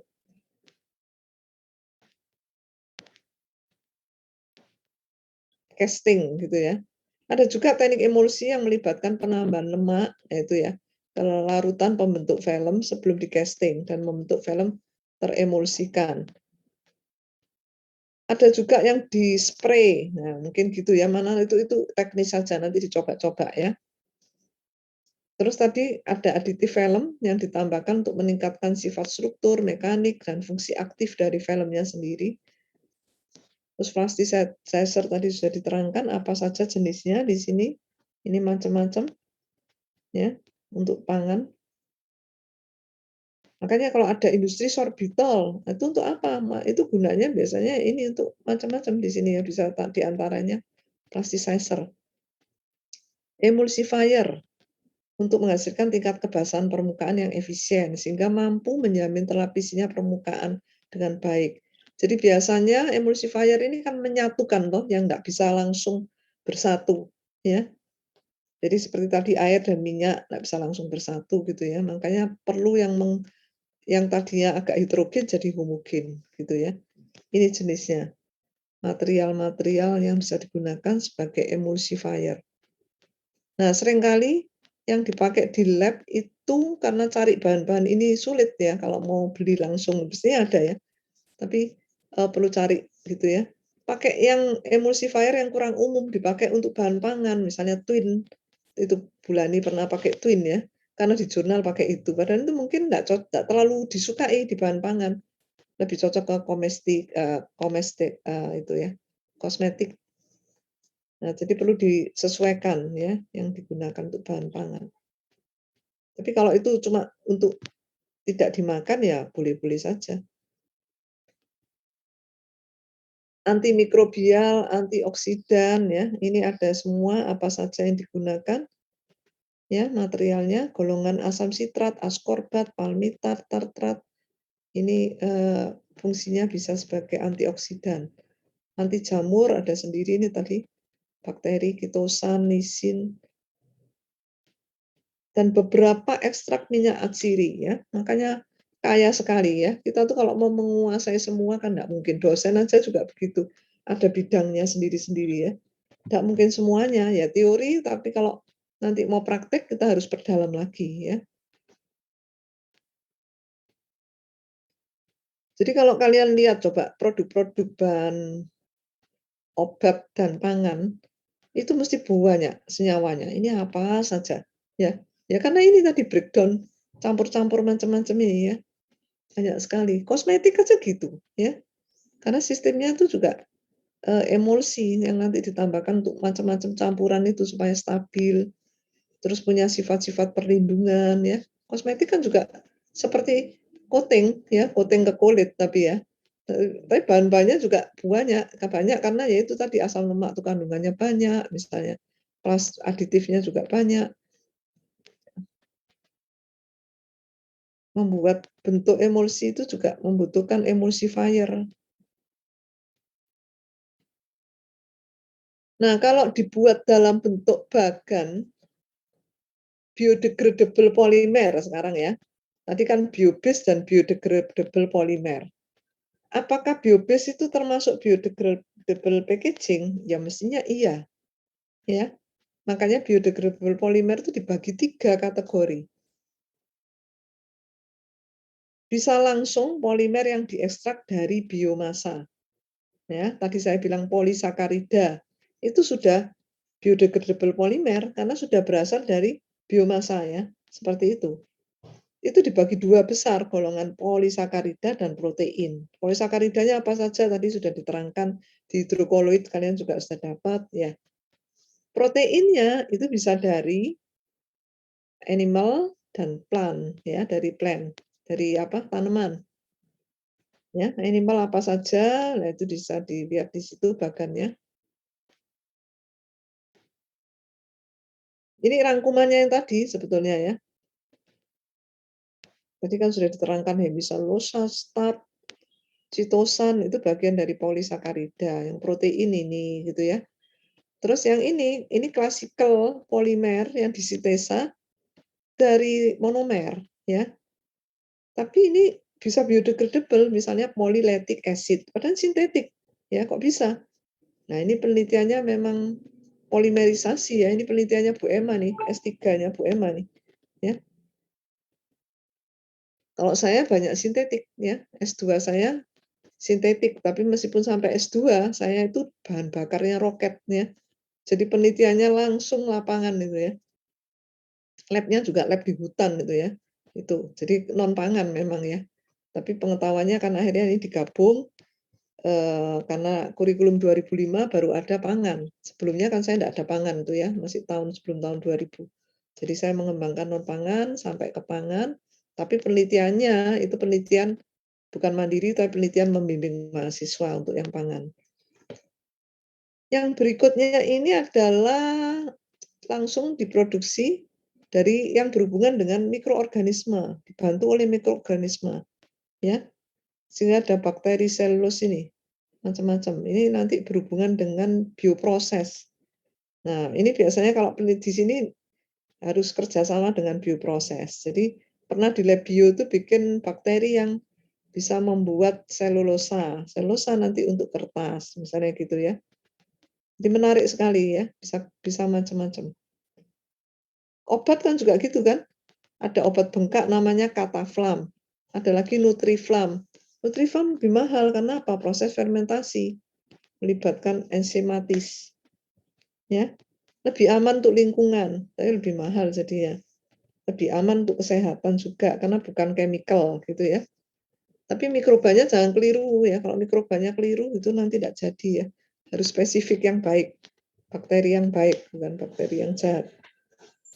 Sekarang ini kan banyak intervensi virus gitu ya, di alam itu ya. Bukan bakteri jahat lagi, tapi virus. Nah, kalau virus tidak ada pilihan ya, jahat semua ya. Dari tadi saya masih monolog ya, mungkin ada pertanyaan? Kok belum aktif chatting-nya? Silakan. Ada pertanyaan kan? Belum ada, berarti aman ya, jelas semua? Cukup jelas, Bu. Cukup jelas ya? Iya. Ya kalau kalian pernah dapat materi yang terkait ya tentunya bisa nyambung ya, tapi kalau belum pernah ini baru pertama kali mungkin ya tidak langsung bisa paham ya. Jadi itu memang harus diingat dari dasarnya. Ini contoh skema reaksi untuk convert lactic acid jadi polylactic acid. Ya, yang tadi saya bilang tadi ya. Ini sintetik tapi kok termasuk biodegradable. Karena material lactic acid-nya ini yang dengan proses kondensasi ya. Ini memang mudah didegradasi ya. Jadi khusus ya asam laktat ini. Jadi bisa membentuk high molecular weight juga ini ya. Reaksinya reaksi pembukaan cincin ring opening. Jadi kok bisa ya kondensasi padahal cuma satu monomer. Padahal kan kalian tahu ya, pembuatan polimer itu ada yang adisi, ada yang kondensasi. Kalau adisi itu ikatan rangkap pecah jadi ikatan tunggal, kemudian bertambah panjang seperti gugus-gugus vinil ya. Etilen jadi polietilen gitu kan ya. C C2H4 ya. Itu menjadi bertambah panjang polietilen. Nah, kalau kondensasi itu biasanya ketemu dua gugus fungsi ya. Ada dua gugus fungsi OH dan gugus fungsi yang lain. Nah, ini kok satu molekul kok bisa satu senyawa bisa terbentuk seperti itu karena terjadi reaksi pembukaan cincin ini ring opening ya. Jadi di dalam monomernya sendiri ini memungkinkan terjadi proses seperti ada gugus fungsi yang memungkinkan terjadi reaksi atau pembukaan cincin sehingga itu bisa ketemu lagi mekanismenya terus bertambah panjang ya. Khusus ini ya. Jadi tidak kondensasi biasa, kondensasi khusus ada pengeluaran H2O. Terus ini lagi ya, polikaprolakton, polihidroksibutirat, polibutylin succinat ya. Ini ada N kalinya, jadi tetap bertambah panjang ya dengan N kalinya. Jenis-jenis yang termasuk biodegradable dan non-biodegradable di sini dicampur dibandingkan nilai water vapor transfer rate. Kira-kira apa ini? Saya belum terangkan ini ya, nanti di bagian belakang. Itu yang tadi saya bilang. Untuk ngukur ini nanti ada praktikumnya. Tapi saya berikan di bagian belakang, karena sekalian nerangkan bagaimana cara ngitung WVTR ini. Sekarang ini pengertiannya dulu. Kalau water vapor transfer rate ya berarti kecepatan perpindahan uap air. Jadi kalau misalnya diberi pengemas yang mengandung bahan-bahan ini ya bisa bisa degradable atau non degradable. LDPE kan non degradable ya. Yang ini degradable memang ya, polylactic acid. Itu bisa diukur kecepatan ditembus oleh uap air itu berapa. Kalau makin besar ya makin kurang baik, berarti kurang bisa menahan, ya kan? Jadi kalau dilihat di sini perbandingannya antara polylactic acid 27. Tapi ini kristal loh bentuknya. Yang amorf 54. Ini pada suhu yang sama ya. Nanti pada suhu yang beda ya beda lagi. Semakin tinggi suhunya, semakin besar. Ini berarti makin mudah ditembus, makin tinggi suhunya. Ya, kita lihat pada suhu 25 nih ya, biasanya kan suhu standar sekitar ini ya. Kalau amorf itu kristalnya kan tidak rapat toh. Ya, kristalnya kan banyak tidak teratur, banyak rongga gitu ya. Makanya dia mudah ditembus. Kalau bentuk struktur kristalnya, ya, bentuk struktur kristalnya kalau banyak kristalnya, itu rapat, ya, rapat, kerapatannya tinggi, sehingga nggak mudah ditembus, makanya nilai WVTR-nya rendah, ya. Nilai rendah ini berarti kan tidak mudah ditembus. Semakin besar ya berarti semakin mudah ditembus. Jadi kalau kita mau milih material, kita bisa lihat nilai WVTR-nya ini kalau terhadap air, uap air. Ya, uap air ya, bukan air, uap air.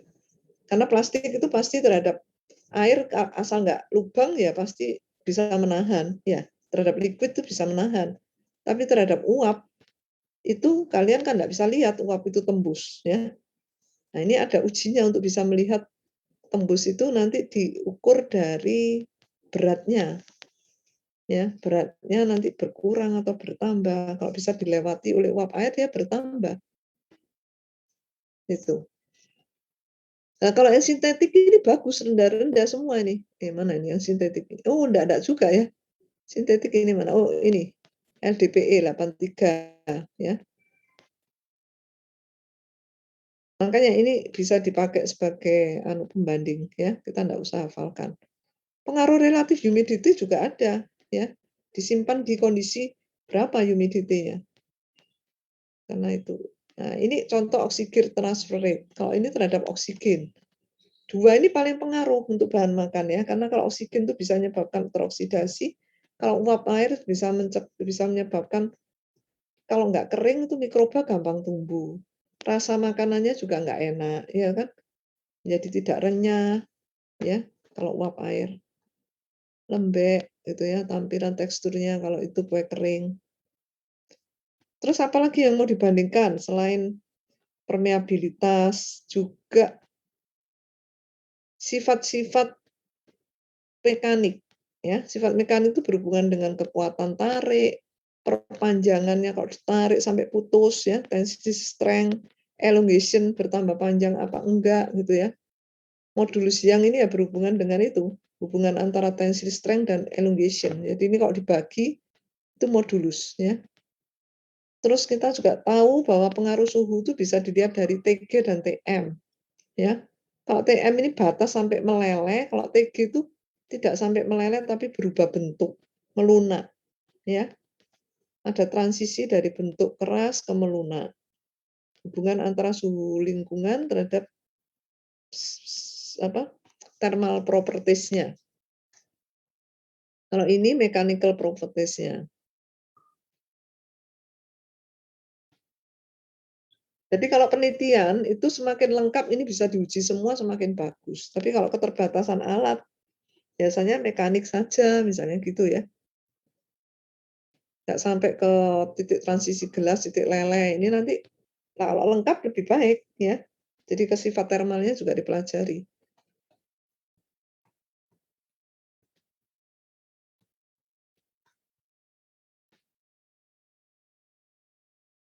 Udah habis.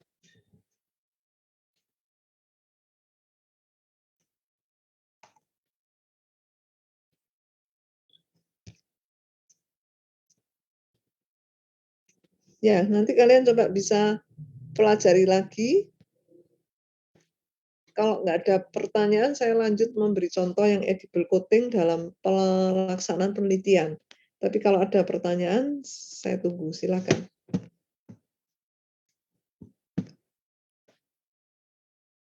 Jadi kalau kita mau ingin tahu dari jenis material yang sintetik maupun yang biodegradable, non biodegradable, ya kita coba. Yang paling gampang apa? Buat edible coating. Jadi langsung dicelup, direndam, sudah bisa. Tapi kalau kalian buat kantongan plastiknya, film plastik, lu kan mesti ada mesinnya, ya. Pembuat plastik itu kalau buat film ada mesinnya, proses ekstrusi, jadi teknologi polimer, ya. Kalau bentuk botol ada blow molding, ya. Kalau bentuk wadah pakai injection molding, ya itu diberikan di teknologi polimer. Tapi untuk pengemas pangan saya rasa itu pengetahuan bisa cari sendiri ya, karena poin-poinnya lebih ke arah ke ini, kalau sudah dipakai, ya jadi bukan sekedar membuat, ya. Jadi saya enggak bisa mendemokan kalau yang betul-betul membuat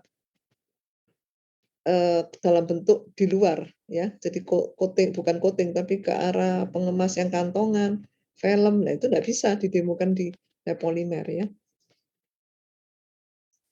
Kalau edible coating bisa atau edible film yang, bahan alam, biodegradable ya.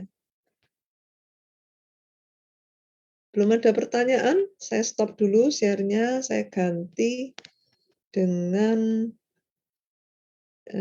yang lain. Sebentar. Sudah muncul?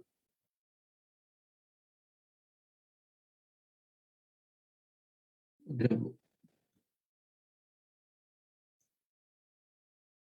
Oke ya. Memperpanjang waktu simpan buah pisang dengan edible coating berbahan dasar kitosan ya. Tadi kan sudah dapat ya, kitosan bisa dipakai. Nah, kita lihat buah pisang kenapa saya pilih, ada 2 macam kan, pisang tuh mau macam-macam. Ada pisang jenis yang sering dikonsumsi ya, kalian makan pisang apa? Yang ada di supermarket biasanya ya. Pisang apa? Yang ada 2 macam tuh. Nggak usah jauh-jauh, saya biasanya ke Ciko, di Ciko cuma ada 2 macam. Kalau nggak Cavendish, pisang Ambon atau pisang ijo juga ada, pisang Ambon, 2 macam itu. Ini bahannya juga pakai 2 macam, ya. Nanti dibandingkan juga variabelnya kita atur ya. Tapi yang pertama latar belakangnya ya kandungan nutrisi dalam buah pisang cukup tinggi, harganya cukup terjangkau, availability-nya mudah didapat, tapi kelemahannya mudah membusuk selama penyimpanan. Jadi kalau beli di kenapa agak mahal ya, karena mudah rusak ini kalau beli di Superindo misalnya ya. Kalau mau beli yang agak mentah saja, ya nanti supaya agak extend gitu. Cuma kalau mentah ya nggak bisa langsung dikonsumsi, gitu ya. Tunggu dulu sehari mungkin ya. Jadi tujuan manfaat penelitian ini mempelajari pengaruh edible coating pada buah pisang, ya. Terus ini kan macam-macam ini. Berarti ini variabelnya nanti ya. Solid content. Solid content ini pada saat membuat formula edible coating-nya, ya. Di formula edible coating-nya itu apa bahan yang digunakan? Kan ada beberapa bahan kimia, ya. Itu diperbandingannya misalnya ada air, ada wax emulsi, ada emulsifier-nya, ya itu dikomposisikan, gitu. Terus karena ini pakai kitosan, kitosannya itu juga bisa dipilih yang derajat deastilasinya bervariasi, nanti dibandingkan lebih bagus mana. Terus jenis buah juga bisa jadi variabel.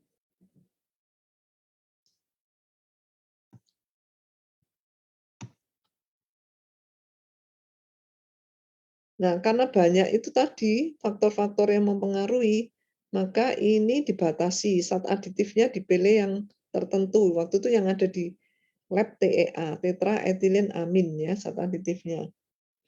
Larut kitosan itu bukan air, tapi air yang mengandung asam astat. Kalau air saja sulit larutnya karena kitosannya berat molekulnya tinggi.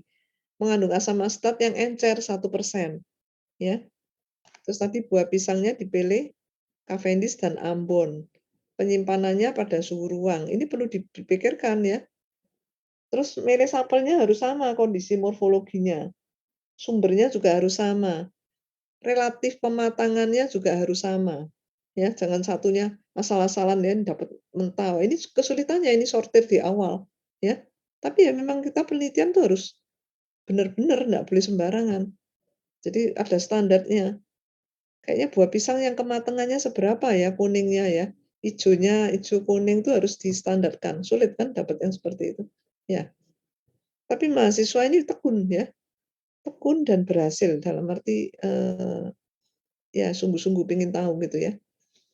Proses ripening itu sebetulnya diharapkan kan, karena rasanya manis kalau sudah matang, ya.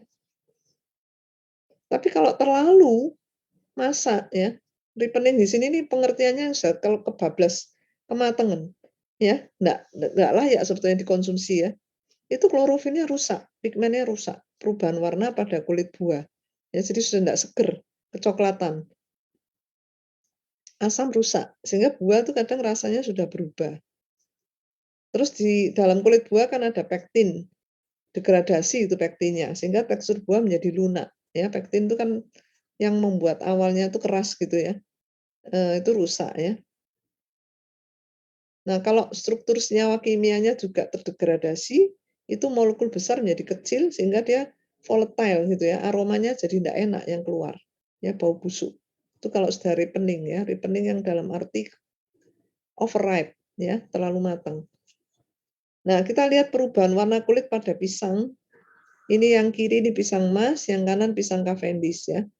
Ini kalau dibesarkan nanti itu ada skalanya. Green, terus menuju agak ke kuning, kekuningan, ke yellow gitu dan seterusnya ya. Nah, kita pilih yang seperti apa start awalnya. Misalnya di level 4, ya udah kita cari yang gini, jangan berubah-ubah ya start awalnya, nanti tidak bisa comparable. Ya. Ini saya enggak share karena ini hasil penelitian, jadi cuman, saya nggak masukkan di ULS ya. Jadi kalian kalau hasil penelitian kan bisa dapat di mana saja sumbernya. Ini saya.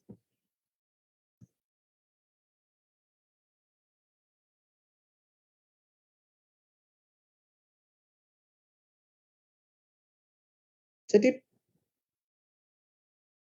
kitosan itu hasil proses deastilasi kitin. Nah ini ya, awal mulanya strukturnya seperti ini, ya, kitin, terus nanti dibuat jadi kitosan.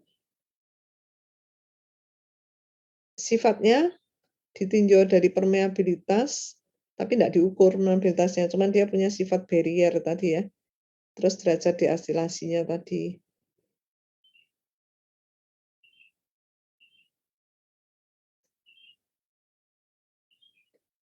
Metode pelapisannya pada permukaan kulit pisang ya.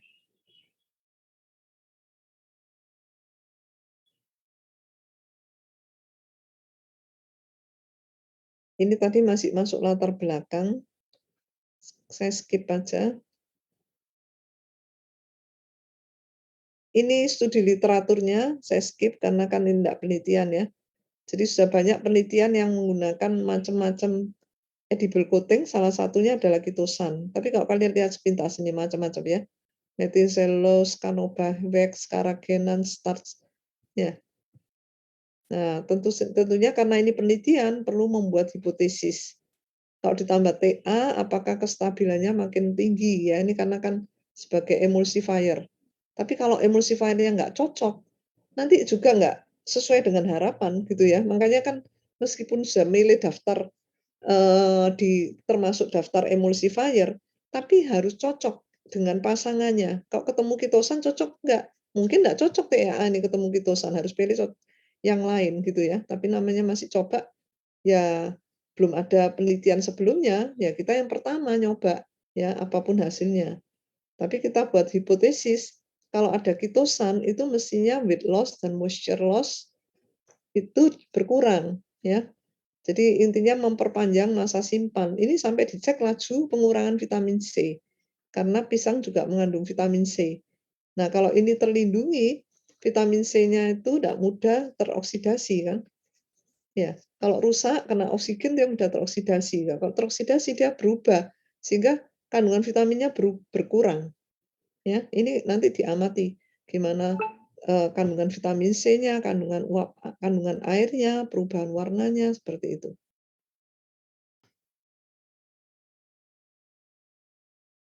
Ini metodologi ya karena kalian tidak penelitian. Ini variabelnya.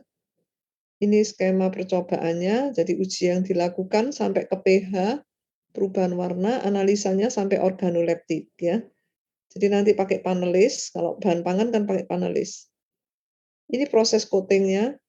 Jadi sempat nyoba macam-macam ya, ada pisang hijau, coating. Nah ini pada saat mengeringkan, ditiriskan gini supaya tidak kecembeng. Setelah itu baru dipindahkan. Ya ini diakal-akal sendiri oleh mahasiswanya ya. Jadi kalau teknis itu kadang-kadang kreativitas di lab. Ya, mahasiswa itu berkreativitas sendiri. Baiknya gimana supaya ini cepat kering gitu ya. kan nggak boleh pakai pemanasan, masuk oven gitu kan nggak bisa ya, diangin-angin, ditinggal sehari supaya cepat bagaimana caranya. Nah, ini variasi dari formula coating-nya ya, ada solid content. Solid content-nya apa ini ya, kitosan itu, kitosan itu sebagai solidnya. Terus kan dicampur sama pelarut dan emulsifier. Ya, pelarutnya apa? Asam astat. Jadi kitosan itu sebagai solidnya dilarutkan dengan pelarut asam astat, emulsifiernya dicoba TEA. Tapi TEA kelihatannya enggak cocok nanti kesimpulannya dicampur dengan kitosan ya.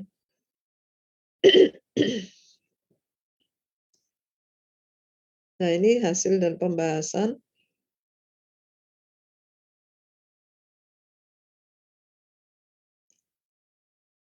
Jadi bagaimana aromanya, vitamin C loss-nya, kekerasannya, ya, dianalisa, citosannya pakai 2 DD yang berbeda nilainya, satu rendah, satu bagus. Yang bagus citosan 4 ya. Lebih tinggi yang lebih bagus diharapkan. Nah, ini hasilnya ada serangkaian hasil percobaan, nanti kita enggak usah lihat, untuk nomor pisang berapa saja, banyak sekali ini ya.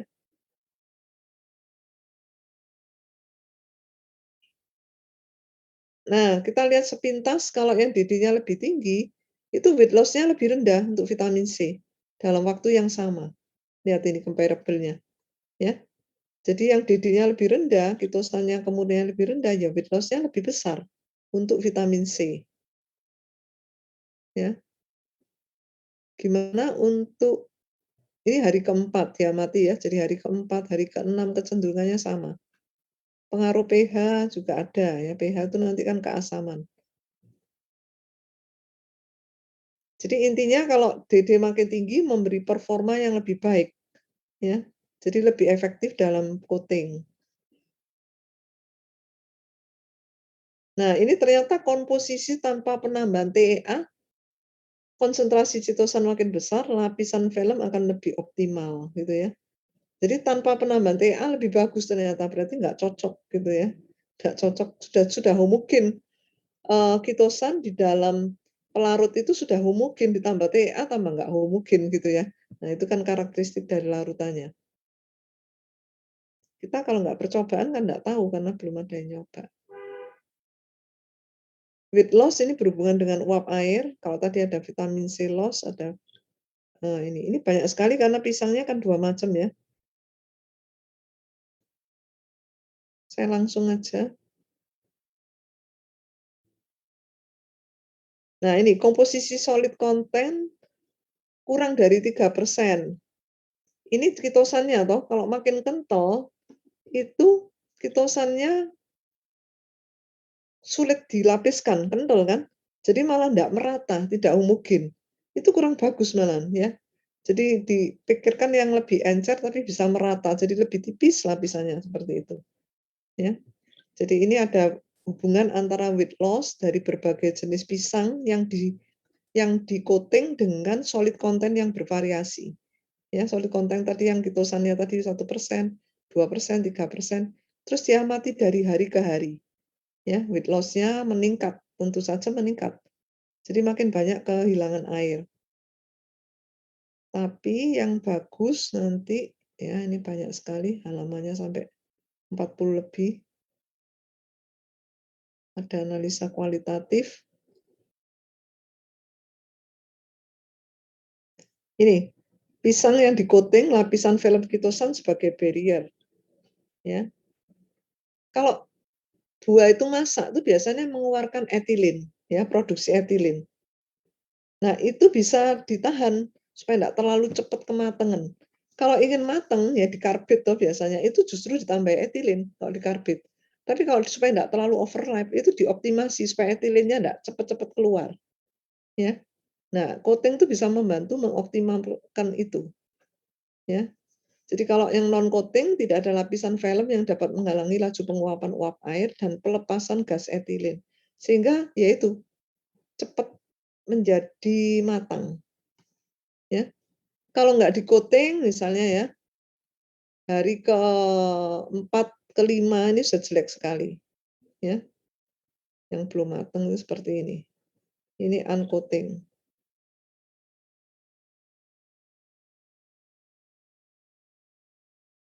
Ya ini beda sekali ya. Jadi, di sini ada variasinya di-coating dengan apa saja.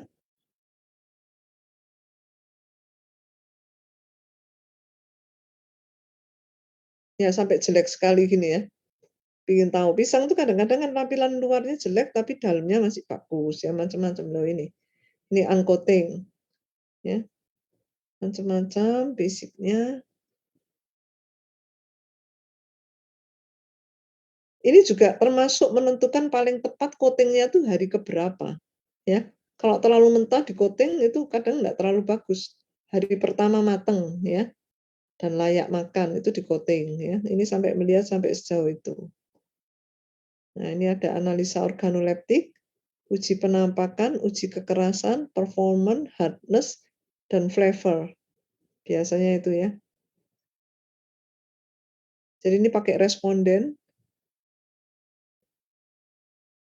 hasil organoleptiknya. Ada beberapa hasil organoleptik. Saya singkat aja. Kesimpulannya, dari variasi percobaan yang diteliti, kitosan yang lebih tinggi lebih bagus dan tanpa penambahan ini ya. Pelapisan coating meningkatkan batas maksimum umur penyimpanan buah pisang dari rata-rata 4 hari menjadi maksimum 7 hari penyimpanan. Nah ini kalau kalian lihat, loh cuma 7 hari loh ya, tapi ini sudah meningkat berapa kali lipat. Kan nggak bisa karakteristik memang harian dijadikan bulanan, nggak bisa ya. Kecuali kalau memang sudah karakteristiknya itu cukup lama. Oke, kira-kira punya gambaran?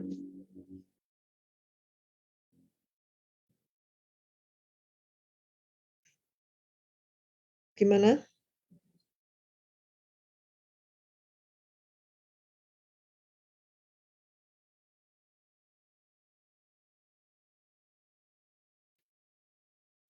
Jadi kalau untuk yang, selain coating ada banyak cara untuk perpanjang masa simpan ya, ini topiknya yang khusus coating. Tapi nanti kalau ingin tahu cara yang lain-lain itu juga ada percobaannya, misalnya modified atmosphere ya, itu ada juga. Baik, ada pertanyaan kah? Karena saya mau nyambung, acaranya yang tadi saya katakan untuk acara universitas, sebetulnya dimulai 9:30, jadi saya sudah izin terlambat. Nggak ada ya? Kalau nggak ada, saya mau presensi dulu, silakan videonya diaktifkan. Ya, masih pagi, sudah bangun semua kan dari tadi ya, sudah siap ya di kamera. Kuliah berlanjut terus ya, setelah ini masih ada kuliah lagi. Oke, ada yang belum buka? Anthony, Priscilla, Hubert, semangat ya, masih semangat ini. Ini udah mau masuk kuliah nih, ya. Udah masuk kuliah males ya jadinya sekalian online ya. Terus online terus aja nggak usah offline gitu ya. Siapa yang sudah rajin offline ini? Sudah penelitian semua ini? Iya. Ini rata-rata sudah masuk lab ya? Nggak canggung ya? Kalau nanti offline ya sudah biasa. Ya nggak apa-apa, pokoknya kita ini tetap harus survive ya, harus tetap survive. Harus adaptable dengan segala kondisi. Dosen ini di rumah juga nggak nganggur loh ya, double ya kerjanya offline online. Ya. Ini mana nih ada yang belum buka ini? Hans Nathanael, Anthony, saya mau foto. Tampilkan yang terbaik, senyum yang Sebentar, terbaik. Bu. Masih setting kamera, Bu. Oke. Saya tuh sampai nggak hafal loh wajah kalian. Ya, karena sering online ini bingung. Jadi mohon maaf kalau nanti ketemu di jalan ya, saya nggak nyapa, kamu jangan ikut-ikutan nggak nyapa saya. Biasanya gitu mahasiswa sekarang ini. Ah, mumpung dosennya nggak tahu saya aja, saya nggak perlu nyapa gitu ya. Beda kalau zaman dulu tuh ya mahasiswa atau murid gitu ya, seneng nggak ketemu dosennya kalau perlu tuh dipanggil-panggil ya. Kalau sekarang nggak, cuek aja. Ya. Nah, kalian jangan termasuk yang seperti itu ya. Itu enggak Siap, sebelum Bu. pandemi seperti ini, itu. Nah, sekarang pandemi jangan tambah cuek ya, karena pembatasan itu membuat kalian tambah terbiasa untuk cuek. Nah, itu jangan ya. Nanti gimana? Mosok nggak saling mengenal. Saya berusaha, tapi ya kemampuan saya kan terbatas. Kalau mahasiswa harusnya lebih ingat. Oke, ini ada yang masih belum buka, Anthony. Kenapa malu-malu ini? Anthony, where are you? Jangan-jangan nggak ada di tempat Anthony-nya. Di mana Anthony ini? Anthony ini di mana? 1, 2, 3. Jangan ada yang melengos ya. Atau jangan cuma kelihatan bagian rambutnya saja. 1, 2, 3. Terima kasih kerjasamanya. Nggak ada pertanyaan benar ya? Kalau masih ada ya boleh di luar jam kuliah ya, chatting gitu ya, cuma nggak langsung dibalas kadang. Oke, terima kasih. Selamat pagi, salam sehat semuanya. Terima kasih, Ibu. Ibu. Terima kasih, Bu. Selamat pagi. Ya, selamat pagi.